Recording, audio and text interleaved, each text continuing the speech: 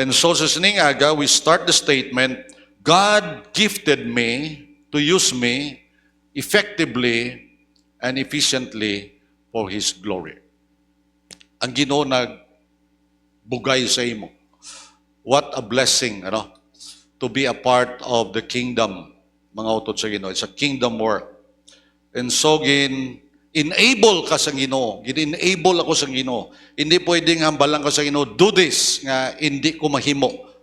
Okay? Hindi pwedeng hambalang ko sa Ginoo nga mag-ministry ka sa amo ni nga ministry nga wala iya kagin tagaan sang capability. Wala iya kagin tagaan sang gahom, abilidad sa paghimo sa isa kabutan. Keywords, we have the word grace, mga utod. For in His grace, sila sa Ginoo, look at verse 1 again. By the mercies of God. And so, everything starts with grace. Everything starts with grace. We are saved by grace. We live by grace. We endure by grace. His grace is sufficient. It's all by grace. Kung magtanaw ko sang grace, a simple acronym, sang word grace is God's riches at Christ's expense. Amen? Ano? Do you love it? Namin ang, God's riches at Christ's expense. Amen, Inagali manggad sang Diyos nga ginatag sa imo, nga wala ka man sige maginhimo, kag hindi ka man deserve nga tagaan, di ginatag yan bangon nga ginbayran na ni Jesus. Amen? Sa iya tanan gasto. Pwede na blakad to kamo to sa restaurant, ako bala. Di ba? Hindi ka na magabot ka to, pila bayran ko. Hindi ka na maghambal, amo na, kay ginbayran na gani. So amo na, Amo na sa aton, ang bugay sang Dios grabe gid, Grabe gid ang bugay sa Ginoo sa aton. It is God's riches at Christ's expense. And you have the word gift. You have God's grace. In His grace, He has given us different gifts. Kag ang word nga gift actually is from the word charisma.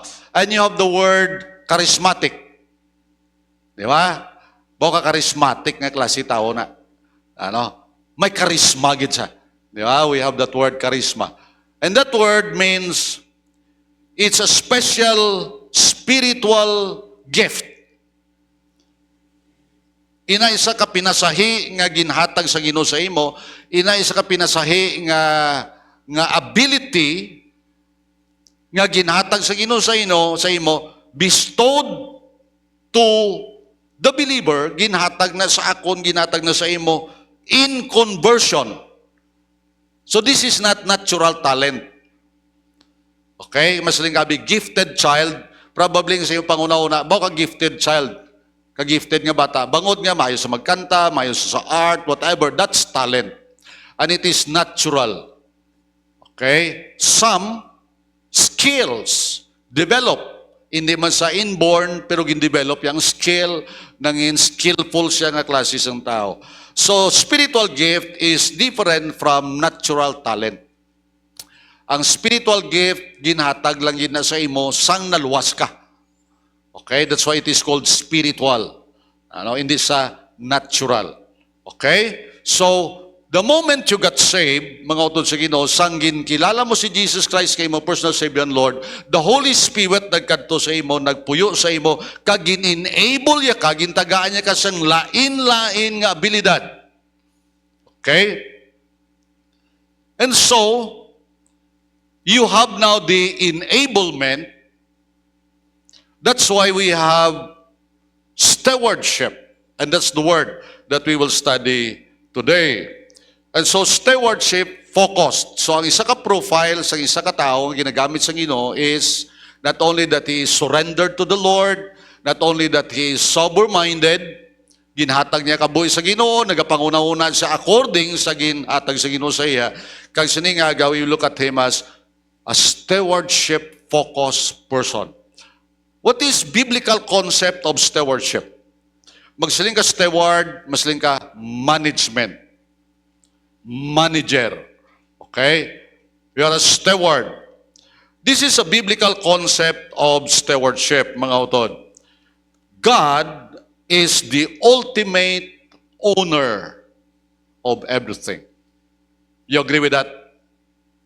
Ano? Amo gina ang ma-conclude naton mga utod sa Ginoo because the book of Psalms in Psalm 24 verse 1 kung arada sa aton nga screen, Psalm 24 verse 1, kita nyo na? Wagaw lagaw. Psalm 24 verse 1. The earth is the Lord's and everything in it. The world and all its people belong to Him. Grabe ang pulong sa Ginoo, no? Inhambal niya, the earth is the Lord's. Okay? So, ining ginapoy, antay iya sa Ginoo ni. Ang tanan-tanan nga ari di iya sang Ginoo. He is the ultimate owner of everything. In Psalms chapter 50, you have your Bibles, sa apps or whatever. Psalm 50, kung naroon sa screen. Okay? Let me read this. Psalm 50, verse 10 to verse 12. Hambalya, for all the animals of the forest are mine, and I own the cattle on 1,000 hills. Ang basa Ginoo, di ba? Ako ga pa nag-iya sang nga sapat sa kabukiran, sa mga forest. I own the cattle, ang mga kabakahan on 1,000 hills. I know every bird on the mountains, and all the animals of the field are mine. If I were hungry, I would not tell you. For all the world is mine, and everything in it. So God is the creator of all things. Therefore, He is the owner of all things. And we are just managers, stewards. Hambal sang Ginoo sa kay Adam in Genesis 1:28. Okay, anong hambal niya sa kay Adam in Genesis 1:28? Siling niya, then God blessed them and said, be fruitful and multiply, fill the earth and govern it. Reign over the fish in the sea and the birds in the sky and all the animals that scurry along the ground. Grabe yung Ginoo, no? Hambalya. Adam and Eve, punaan yung kalibutan. That's your mandate. Okay? You go and multiply. That's your mandate. Tapos, saling niya, you govern. Tama ng word, no? You govern the earth. Kamo ang mag-manage, kay kamo stewards. Stewards ko kamo. Okay? And you have to govern the earth. Okay? So that's the biblical concept of stewardship. We have to put that in mind, mga utod. Kung ano man ang aral sa imo, ginpamanage na sa Ginoo sa imo. That's it. Okay? Yung masaling ka, gintrabawan ko man na. That's true. Gintrabawan mo na, pero ang kusog na ginhatag sa imo, sa iya na sa Ginoo. Ang kaalam, iya na sa Ginoo. Ang ginawa mo, iya sa Diyos. Amen? Ano? So, hindi ka kasaling nga, kung wala ako, wala na. Hindi pwede na. Di ba? Hambal ka, kung wala ang Diyos, wala na. Amo ginaya, di ba? Kung wala ang Diyos, wala na. Amen? Amo na mga utod, that's acknowledging that everything comes from the Lord because He is the ultimate owner of everything. Siya amo nagapanag-iya sang tanan. My life, my soul, my everything belongs to God. Kung kaisa lang galing, garibelde kita, nga hindi kita mag-acknowledge ang stewardship because we come to believe that we own it. Amen? Diba, no? That's human nature. Diba? Human nature will tell us, I own it because I work for it, I study for it. Diba? Amo na mga utod. But if you go back to the spiritual side of it, the ultimate owner of everything is the Lord. Now, in Romans chapter 12, bangod nga nagambal kita sa stewardship focus, ano ang aton i-manage sa Romans chapter 12? Okay? So, ang i-manage ta, ang aton abilities. Amo nang i-manage ta. The spiritual gifts that God has given us. Amo nang i-manage ta. Okay? And we will look at them one by one. So, siningaga, try to look at yourself kung sa diin ka, anong imo gift, kay responsible ka sa sinanga gift. Okay? So, hindi ka magambal, wala gi kuya. Hindi pwede. Hindi pwede nga wala ka gid. You have one. Each one has spiritual gifts.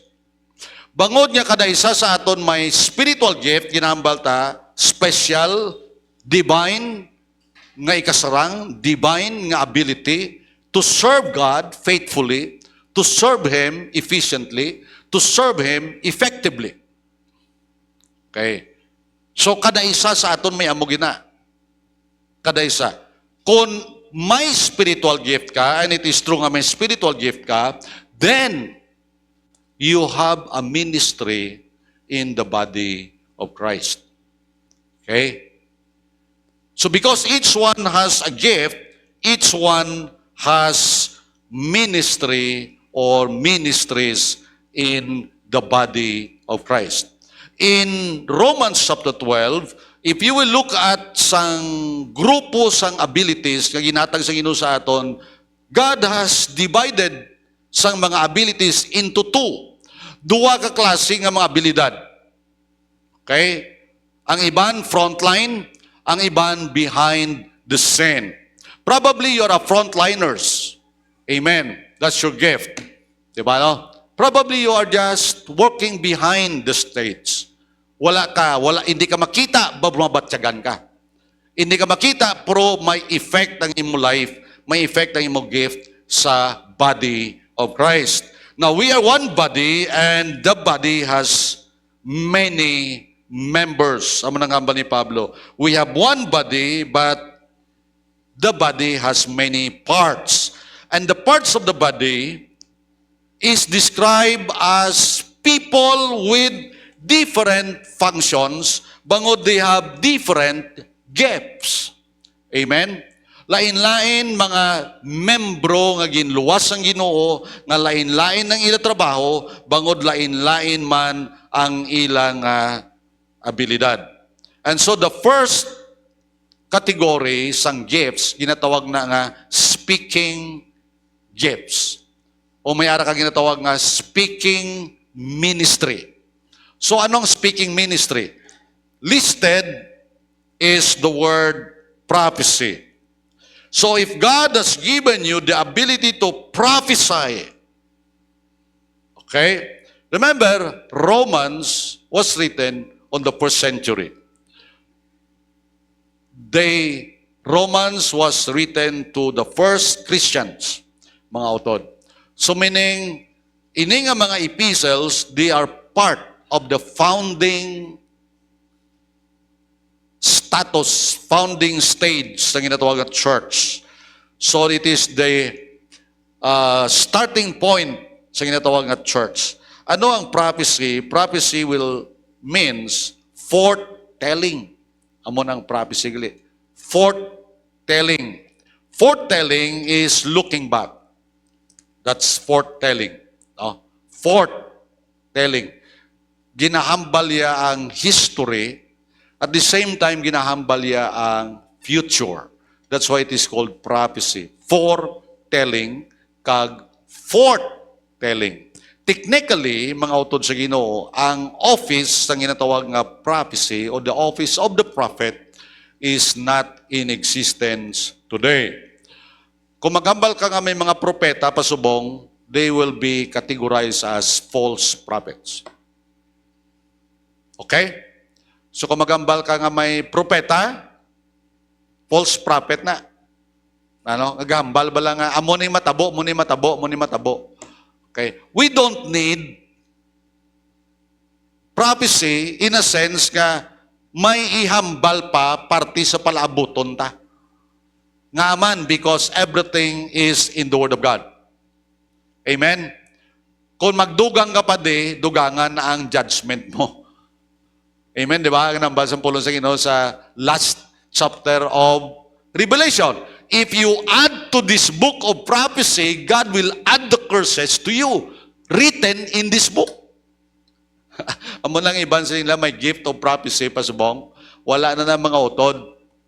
Wala na gift of prophecy. Technically speaking, nga kung ang meaning is foretelling. Ano, kung foretelling na gani, wala technical nga prophet. Naintindihan nyo? Amen? Di ba? Sunod ka mo. So kung may ara masali nga si prophet, amo ni nag-prophesy, he is a false prophet. According to the standards sa pulong sa Ginoo. Okay? So hindi ka na mangayo sang revelation. Paano pang revelation o ipangayoon mo? Basta ka Ginoo tagay ko bisang revelation. Ano nga revelation? Kaya rin ang written revelation of God. We have the Bible, the written revelation of God. Amen? So wala na, hindi ka na kinala mga muyo. Ginoo tagay ko bisang bago nga revelation. Anong bago? Wala na. Okay, so the gift of prophecy, if you have the gift of prophecy, during their time, bangod nga ang church sa foundational stage. Okay? So they need prophecy. Kag ang prophets during the time, under the authority of the apostles. God has given us apostles and prophets and teachers and evangelists, pastor teachers. Okay? So kita mo ang in line of authority mga utod sa Ginoo in the First Testament, New Testament church, in the early church age, sa una-una gid ang may authority gid ang apostles. And so the prophets were under the apostles. That is found in Acts chapter 13. Ano? And always prophecy always connected with teaching. And so, kung magambal ka subong, di pastor may araman na subong nga pangsyon na mo na. Technically, no. But, in a sense, mga utod, when you speak of the divine will and the divine truth, which is designed to influence the church and even to influence the unbelievers, in a sense, you are prophesying. In a sense. But not that you're a prophet. You are sitting at the office of the prophet. And so like apostleship, kaangay sa mga apostles, ang mga prophets, they ceased the gift, stop ang gift nga prophecy, nag-untat. The same true with apostles. So ang apostolic nga office, wala na nasubong mga utod. Ano? Kay wala na si mga apostoles. I mean, in a sense nga they have witnessed the Lord Jesus Christ, they have seen Him bodily. Okay. And so that's prophecy in the context ng Romans. Okay? But in our context, it can be nga you are declaring the divine word, the divine truth of God. Now this is present. Number 2. You have the gift of teaching. Ano ang gift of teaching? Gift of teaching is simply a supernatural ability to explain. Supernatural ability to explain, to clarify, and apply biblical truth in a way that it is understandable, accurate, and transformative. So, mo nang ginatawag ang gift of teaching. Di ba? Hindi ni siya natural teacher, ha? Kaya bisan teacher ka, in your profession, you can probably have the gift of teaching. At the same time, you may not have the gift of teaching. Amen? And so, no wonder, masaling ka ba, maestro na nga, aton member, patudlo na nabi Sunday school. Hindi siya magtudlo. It's because nga naturally he's a teacher, but spiritually he's not gifted to teach. Kita yung difference? Ano? But ari ang isa katao, hindi siya education, hindi siya teacher, pero gatudlo siya. He is a nurse, but he is teaching. Amen? He is an engineer, but he is teaching. Amen, di ba? Ay nga, nag-teacher man sada sa inyo because he has the gift of teaching. Amen? Iyan na niya abilidad niya ginatag sa Ginoo saya, not naturally born. It could be that he is naturally born as a teacher. At the same time, gin-gifted pagin sa Ginoo sa ginatawag ng gift of teaching. Amen? And so that's it, mga utod sa Ginoo. So you have the teaching is an ability nga ma-explain sina nga tumuluo very clear ang pulong sa Ginoo. It is understandable. It is accurate nga pag-explain. And it transform lives. And so teachers help others to grow in knowledge. So kung ikaw teacher di sa church, kay nga man ikaw gintagaan sang ability sang Ginoo, nagabulig ka sa iban sa manginhamtong to grow in knowledge. They will grow in knowledge. The church will grow in knowledge. The church will obey God. So ang imo responsibilidad, you have to teach well. Okay? So the next gift, nga ginabasa ng Ginoo na is the gift of encouragement. Anong hambas ng Ginoo? If your gift is encouragement, verse 8, if your gift is to encourage others, be encouraging. Okay? I think this is the last of the speaking gifts. Encouragement can be a serving gift. At the same time, it can be a speaking gift. Ano?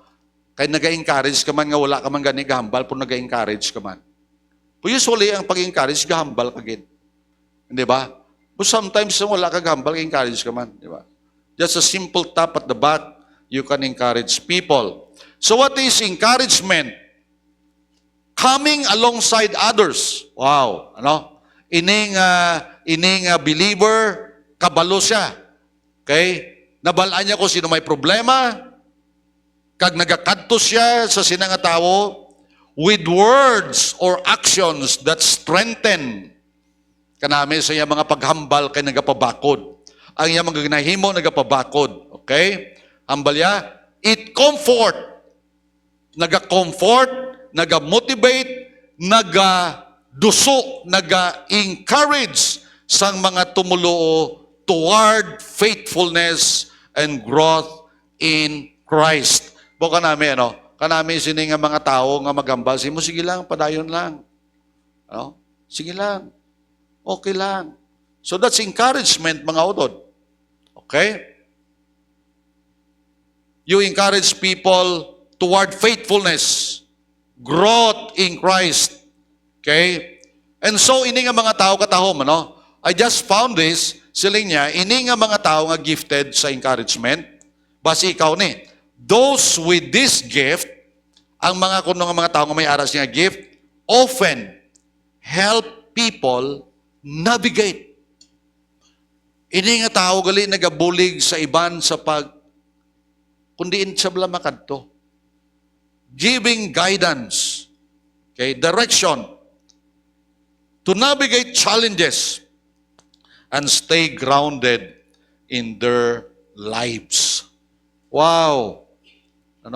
Kanami, may mga tao ganyan nga magambal sa imo, hindi ka balaya mas-tumble. Diba?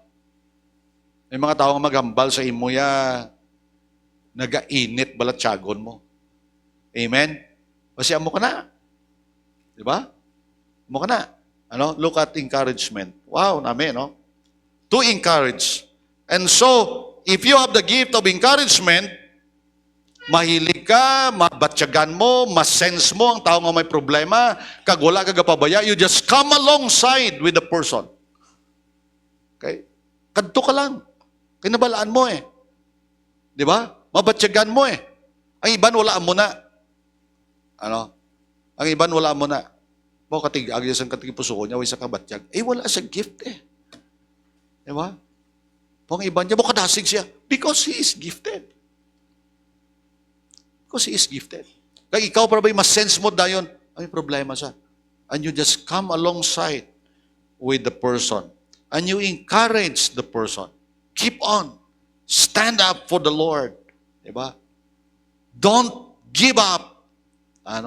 Ari lang ko, I will help you. And so these are speaking gifts. God is using your lips, your words, sometimes your actions, but most of the time, sa mga speaking gifts, maayo gid sila maghambal. Okay?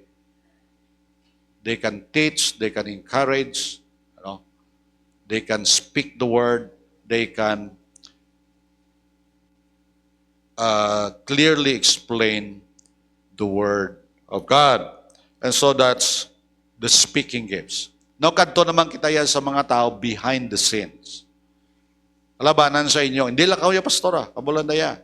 Hindi lang kami yaw. May mga muna eh. Hindi lang ang problema, kami lang nabala. Na mga serving gifts. Di ba? So we have speaking gifts and we have serving gifts. Anong serving gifts? Ang serving gifts, ginhambal nga daan, serving. Amo na ginhambal. Ministry, amo na ginhambal daan. If you have the gift of ministry, amo na. The word ministry means service. Okay? And so serving in verse 7, verse 7A, siling niya, if your gift is serving others, serve them well. Yan ko nang imo nga abilidad. Gusto ko lang niya mag-alagad, bala. Gusto ko lang niya to be of use. Mula na imo gusto. Kadto ko sa balay sa iban, limpyuhan mo balay nila. O kanami. May gift of serving, ganito. Makadto sa balay, ba o lami. Unabla na may mga tao nga muna mo. May mga tao nga muna. Wala sila yaga pangayo kung swelduhan mo sila ya. Wala ya. Happy lang sila ya. And these people in the church, mga utod sa Ginoo, they have that sense nga kadasig sa ila when it comes to practical care. Practical care. Balaanan nila, no? They assist people. They meet physical need, emotional need, kag bisan pa gani ang mga logistics ng iban nga tao, mahatag pa nila. Grabe, no? Okay, these are people of the gift of service. Kung may ara sila makapagabutang, napagamit na sa Ginoo. That's a gift of service. Amo na ang ilang kay nalipay sila.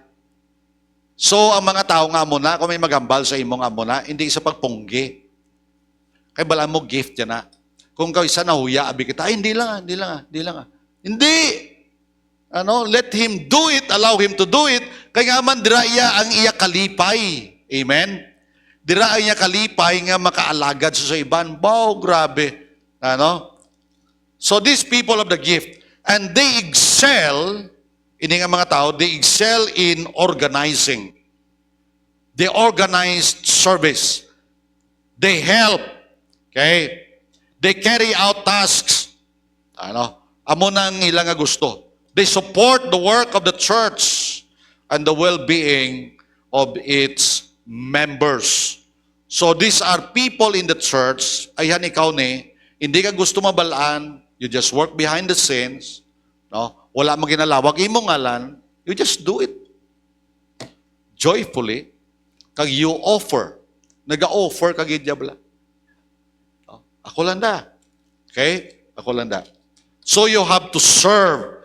And when you serve others, you have to serve them well. Ang nangambal ni Apostle Paul. Serve them well. Amen, no? Okay? Serve them well. Now, next nga serving gift is the gift of giving. In verse 8, if it is giving, you have the gift of giving, you have to give generously. Gift of giving. Give generously. Anong gift of giving aw? Ang iban sa inyo, wala gift of giving, but it doesn't mean you will not give. Pero may arag nyo sa inyo, nga you will give. Di ba? Nga nalipay lagi ka mo yung magatag. Amen, di ba? Nalipay lagi ka mo yung magatag, bala? Ini nga tao nga may gift of giving, mga utod, is a supernatural ability. Supernatural. Lain niya nga klase tao. Okay? A supernatural ability and willingness to generously share resources. By the way, if you have the gift of giving, it doesn't mean lang nga kwarta lang yatag mo. Okay, It doesn't mean, But most of the time, we give money. But in this case, kung may gift of giving ka, you are willing to share your time. Okay? Grabe gali ang tao nga may gift of giving, yatag yung time niya, hasta magaga, sige lang kamo istorya. Ba, budlay man, Diba? I mean, this person actually he can stay with you. Amen? He can stay with you. Time man gali. Money, of course, generous giver, money. He can share possessions, kag even talents. And so, mga utod amo ni Leo, if you have the gift of giving, pwede mo mahatag ang imong abilidad. I-share mo sa iban. Tutor ka, math, kay mayo ko sa math. Wala bayad. So you have the gift of giving. Amen? Tutor ka, whatever. You share your talent. Amo na ang gift of giving, mga utod. Okay? Kag ini nga tao, kung maghatag sila to the church and to the people, they are motivated by love for God. That's the first one. I do this because I love God. Okay? I do this because I love God. I do this because I love God's people. Ginahimo ko nini gatag ko because I love God's people. Okay? You are not motivated by obligation. Obligasyon ko ni. No, it's not. Kung ginahimo mo na because you are obligated to do that, hindi na gift of giving. Kaya hindi nga tao yung maghatag siya, hindi siya obligara. Naghatag lang siya. There is no sense of obligation sa iya tagipusoon. It is just love. Purely love. Gugma lang na yan. It's a pure love for God and a pure love for God's people. And you are not motivated by recognition. You give generously not to be recognized. You give your time not to be recognized. No. You give your time because you love God. Because you love God's people. Amen? You give money because you love God. And because you love God's people. Amen? Amo nang ginatawag nga giving generously. It's a supernatural ability. Nga may tawag niya mag-amo na, okay lang, pabaylan na. Okay? Now mga utod sa Ginoo, this is a warning for those of the gift of giving. The warning says, when you are called and gifted to be a giver, and you stop giving liberally, you will see your resources dry up. Okay? You will see your resources dry up because you have forgotten why God has blessed you. Grabe gali, Di ba? You see to it, mga utod, kag ang grabe gali, if you have the gift of giving, it will fall in 2 Corinthians chapter 8. You sow bountifully, and you will reap bountifully. And when you reap bountifully, don't stop sowing again. Amen? God has given you plentiful harvest so that you can sow more. You don't need to hoard. Hindi pwede ka lang ibodega mo ang pagpakamayos ng Diyos. You see that? You agree with that? You agree with that? Hindi pwede nga ibodega mo pagpakamayos ng Diyos because God will give you the ability to give more, to sow more, and you will reap more, and you will sow more, and you will reap more, and when you stop giving, God will see to it that your resources will dry up. Grabe galing Ginoo, mga utod.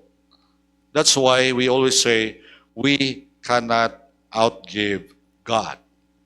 Amen? It's a natural law. You cannot outgive God. Okay? So give generously if you have the gift of giving. Not all has the gift of giving. All will give, but not all can give what the gift of giving can do. Amen? Di ba? What gifted givers can do. Hindi natin masarangan ng ibang nga paghatag sa ibang nga mga tao that they have the gift of giving. Dito masarangan. Okay? But we give because we love the Lord. And so the next serving gift is the gift of leading. Ang basang inosling niya if God has given you leadership ability, take the responsibility seriously. If God has given you leadership ability, you have to lead seriously. Ang mga requirements ng Ginoo sa iyo. Anong gift of leadership? The gift of leading, ang tao nga may aral siya, abilidad sa pagpangulo, sa pag-govern, may aral sa gift nga siya mong naga-guide, naga-direct, naga-oversee, especially sa ginahimo sa church or sa mga ministries nga ara sa church. With wisdom, with integrity, kag ang iya focus sa iya leadership is to advance God's purposes. And so if you have the gift of leading, you see to it that God's purpose is done in the church. And so leaders provide vision, siya naghatag sa vision, nag-provide structure, kag accountability. Okay? And so mo ng gift of leadership, mga otot. So you have that gift of leadership. Leaders must take the responsibility seriously. And so kung you are a ministry leader, there is a church, may ministry ka, kag ikaw leader, take it seriously. Kung ikaw discipler, you're a leader. You take it seriously. Diba? Kung ikaw daang officer, you take it seriously. Diba? Kung ikaw ang head, you take it seriously. Okay? So, amo na ang ginatawag nga leadership. And the last, mga otod nga gift, is the gift of mercy or kindness. Ang balya.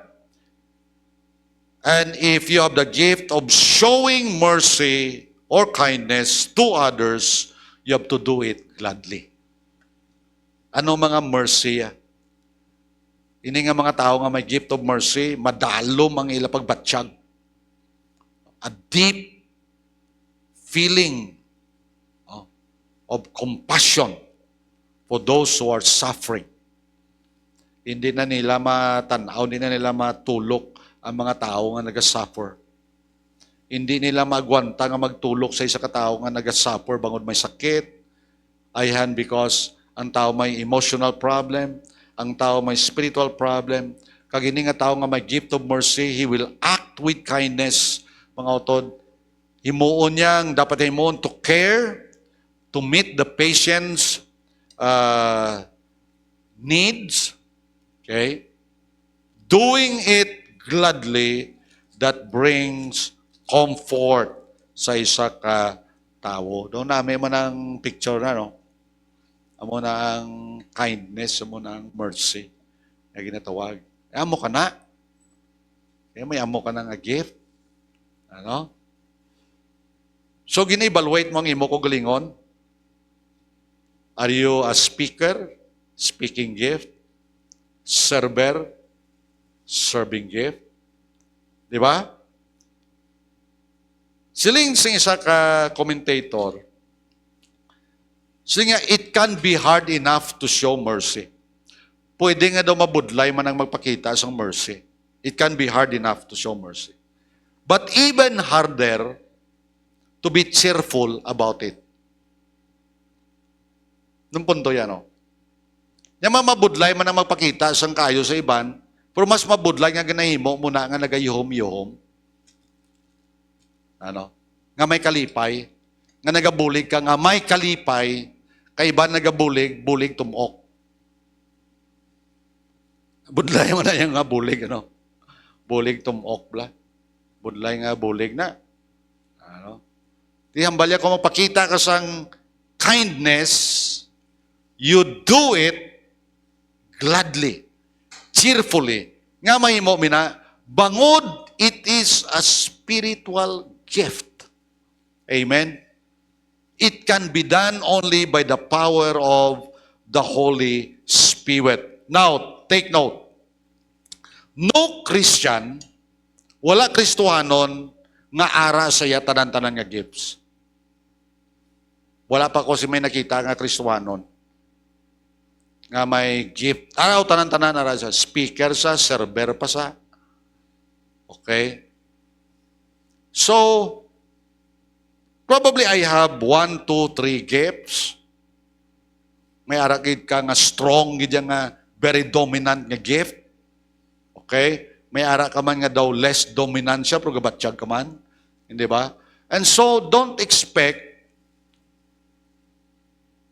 hindi ka mag-expectar, let's say, you expect your leader to be multi-gifted. Amen, di ba? Ano? Nga wala na sa gamo na, nga wala sa gamo na. Nga amo ni nga si utod nga amo ni, baw, namin lang yung pungko-pungko, ay gisa.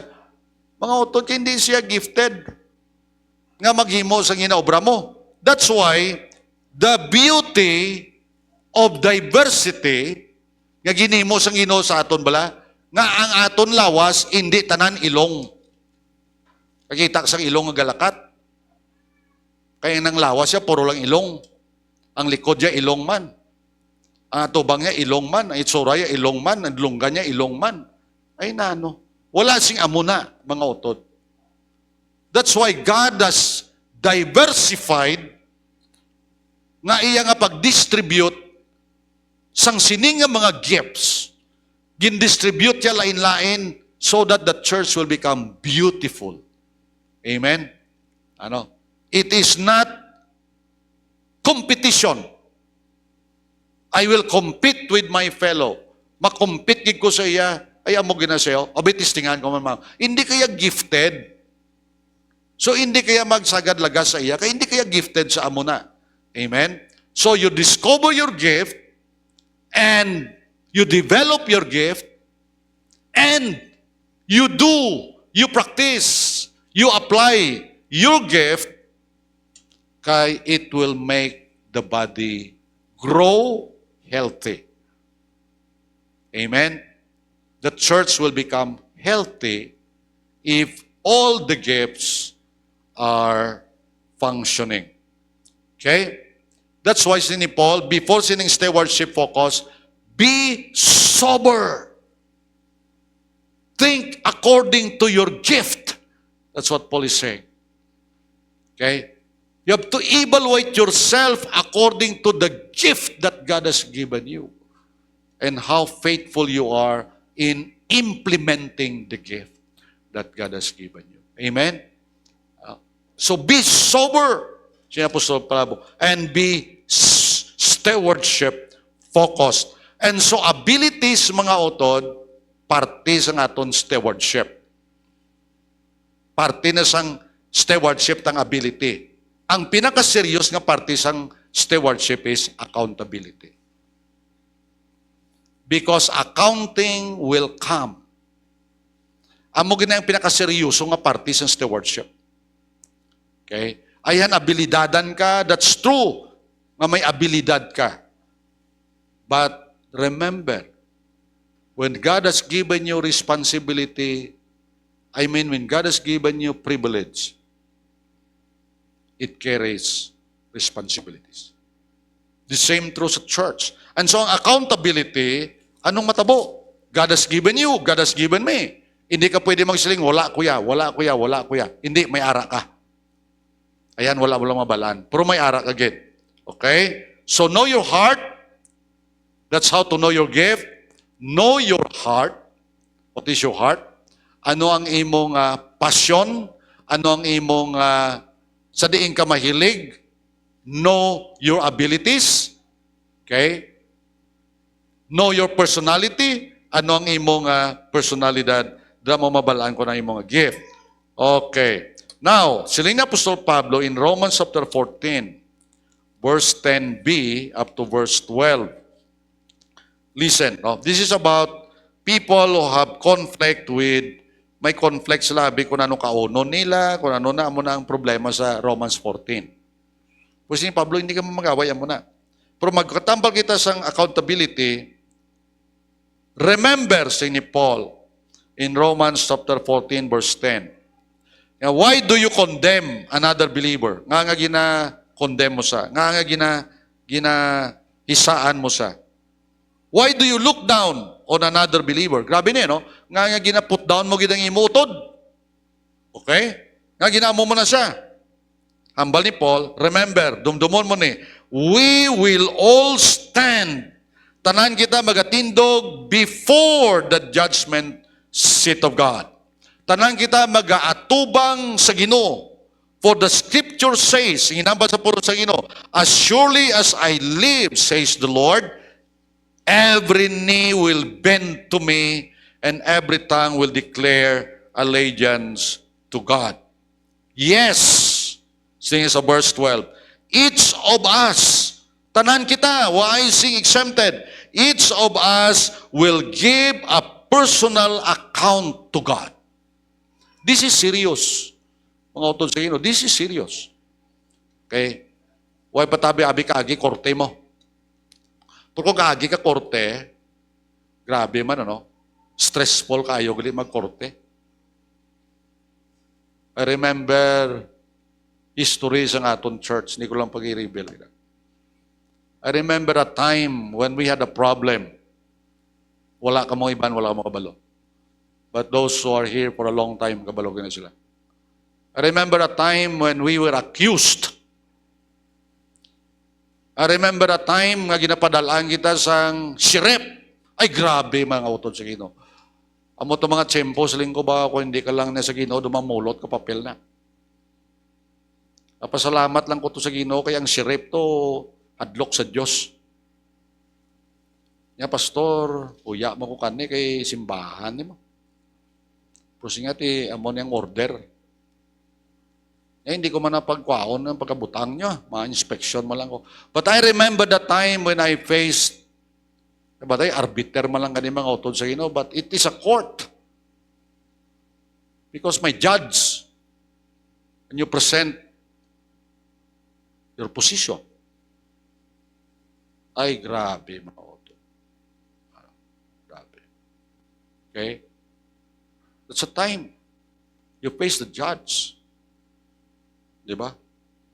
Pero ini mga utod, sobra-sobra pag ini ang Ginoo niya.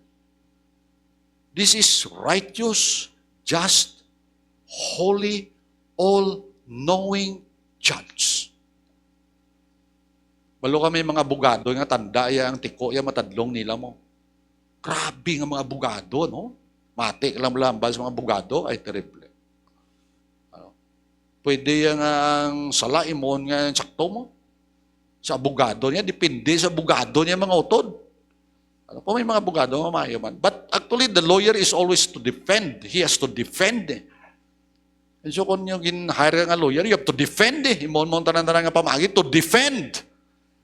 But you know, the court, probably the judge will be persuaded by the defense or by the prosecution. It can be. Depende sa presentation. Mga utod. Di ba? Amo nang human iya nga judge. Depende sa presentation. Kung daw ano kabilidada ng mga abogado. Dira iya nagadepende. But when you face God, you will just be standing there. Anong hambal niya? Every knee will bow and every tongue will confess. So it's a serious matter, mga utod. When the Lord has given you a gift, someday, we will give account. Every one of us will give account to the Lord. Okay? Look at the picture. That's the judgment seat of Christ. All of us will stand before the judgment seat of Christ. The Bema. Amo na ang basang Ginoo. All of us will stand. Tanan kita, ibuyag-yag nato ng tanan, and God will reveal ang balya sa pulong sa Ginoo. 2 Corinthians chapter 5, verse 10, siling niya, ang balya da, For we must all stand before Christ to be judged. We will each receive whatever we deserve for the good or evil we have done in this earthly body. Earthly body. Okay? That's why ang premise ni Paul sa Romans 12, ang premise ni Paul, surrender your body. Di ba mo na ang premise ni Paul? I beseech you by the mercies of God that you present your body as a living sacrifice, because at the judgment, mga utod, ang Ginoo magapamangkot sa aton, we will each receive whatever we deserve for the good or evil we have done in this earthly body. So my body is a stewardship. And everything in my body is a form of stewardship. Amen? My ability to speak is in my body. Okay? Your ability to serve is in your body. Wala sa iban, ara gid sa imo. Hindi ba? Ara gid sa imo. And we must all appear before the judgment seat of Christ. That's the Bema judgment. Believers will be held accountable for their actions, for their motives,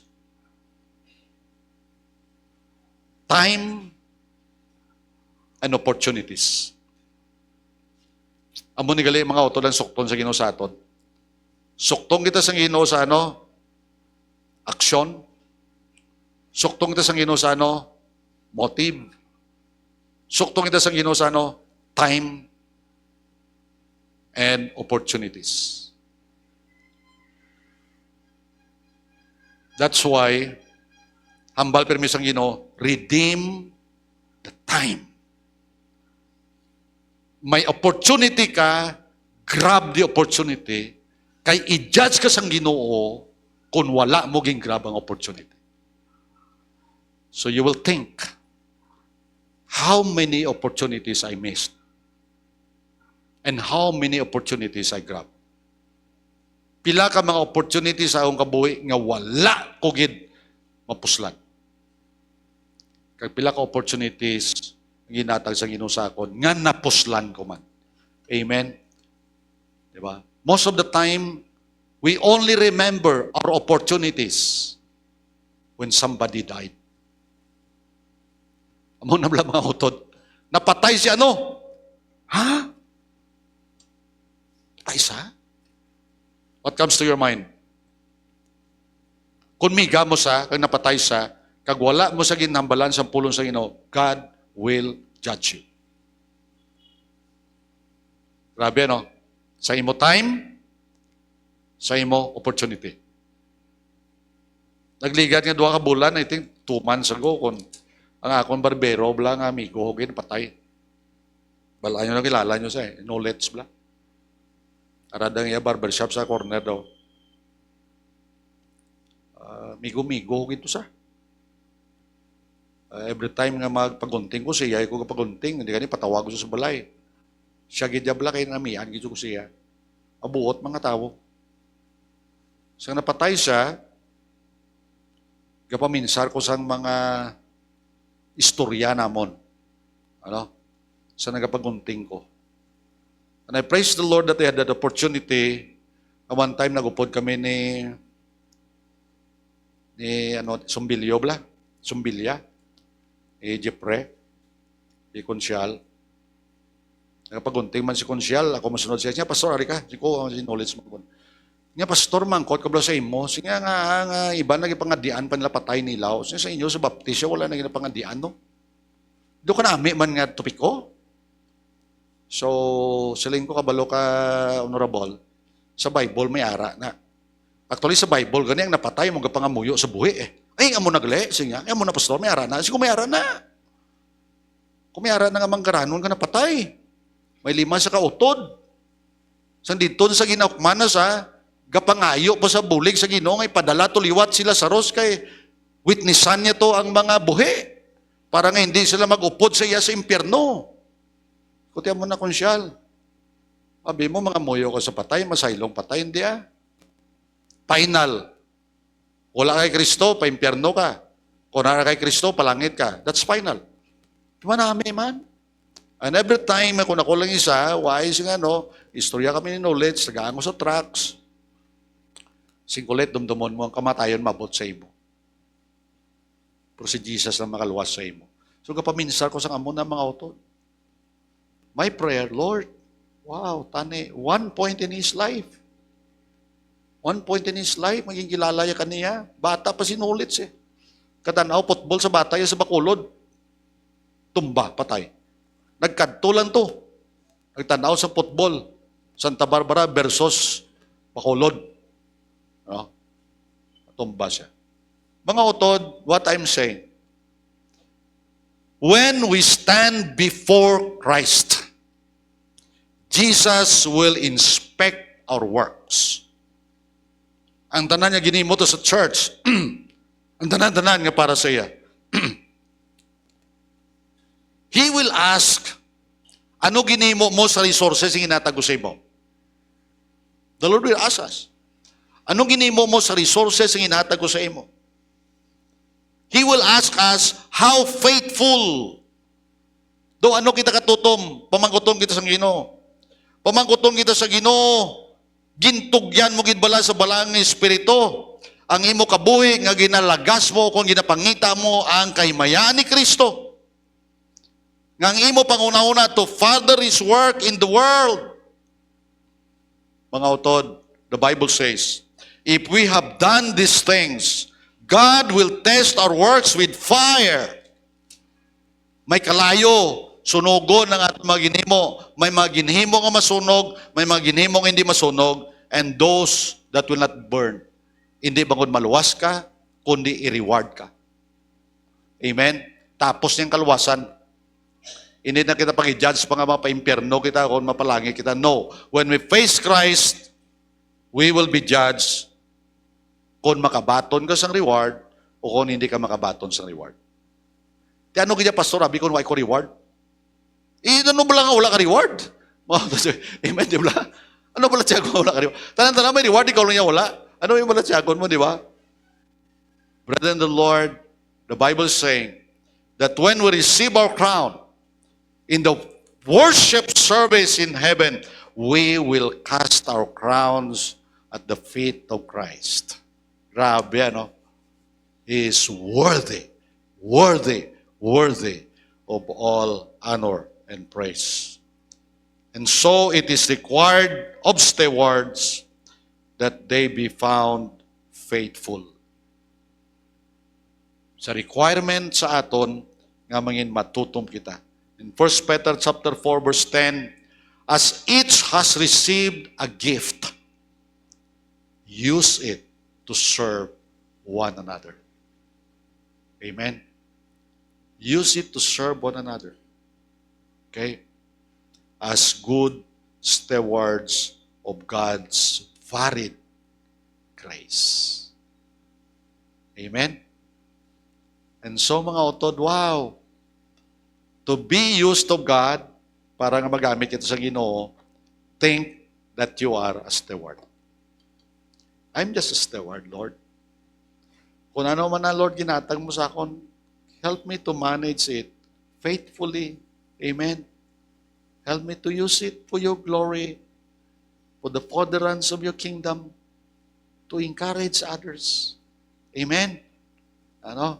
Wala ko mga utod, ang influence, ang impact nga mabutang mo sa kabuhi sa isa ka tao, ang impact nga mahimo sa kabuhi isang tao because you are doing what God wants you to do. It brings glory to Him. Nambal sa Bible, wala sing ginahimo sa Ginoo nga wala pulos. Nothing done for Christ is vain. Nothing. Ano man na, a simple nga handshake, a simple smile, di ba?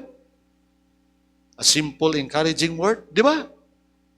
A short time probably to talk with somebody. Basta sila nga time, kinanglanyagid ka nga mamati ka sa iya. Amen, di ba? Ayan sa imo do sa wala lang na.